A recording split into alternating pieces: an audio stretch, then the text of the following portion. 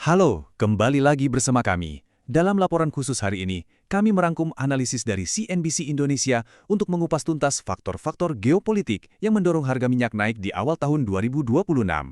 Oke, jadi pertanyaannya kenapa harga minyak naik?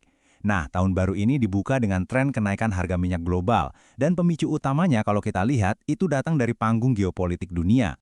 Kita lihat angkanya, per tanggal 2 Januari 2026, minyak mentah jenis Brent itu ditutup di level 61,01 dolar Amerika per barel. Ini awal yang kuat loh untuk pasar komoditas, tapi apa sih yang sebenarnya bikin harganya naik? Yuk kita telusuri lebih jauh.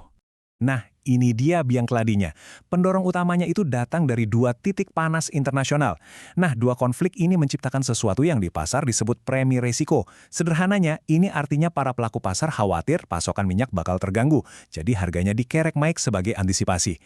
Jadi, tekanannya itu datang dari dua sisi sekaligus. Di satu sisi, kita lihat ada konflik Rusia-Ukraina yang memanas lagi.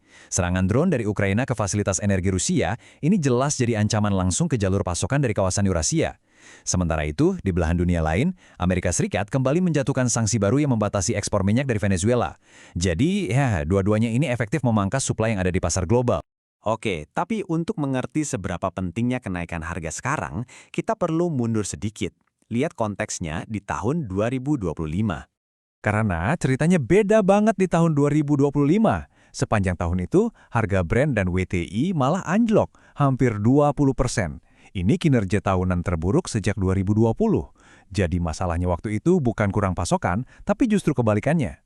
Poin utamanya ini nih, pasar global saat itu lagi banjir pasokan minyak.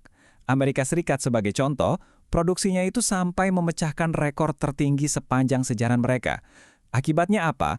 Ya jelas terjadi surplus global yang akhirnya menekan harga minyak habis-habisan. Nah, inilah yang membuat tahun 2026 ini jadi menarik. Kita punya semacam pertarungan besar di pasar energi. Di satu kubu ada ketakutan baru gara-gara geopolitik. Di kubu lain ada masalah lama, yaitu pasokan yang melimpah. Jadi ini tarik-menarik antara risiko dan pasokan. Dan ini pada akhirnya membawa kita ke satu pertanyaan besar untuk tahun ini. Mana yang bakal menang? Apakah ketakutan akan gangguan pasokan akibat geopolitik?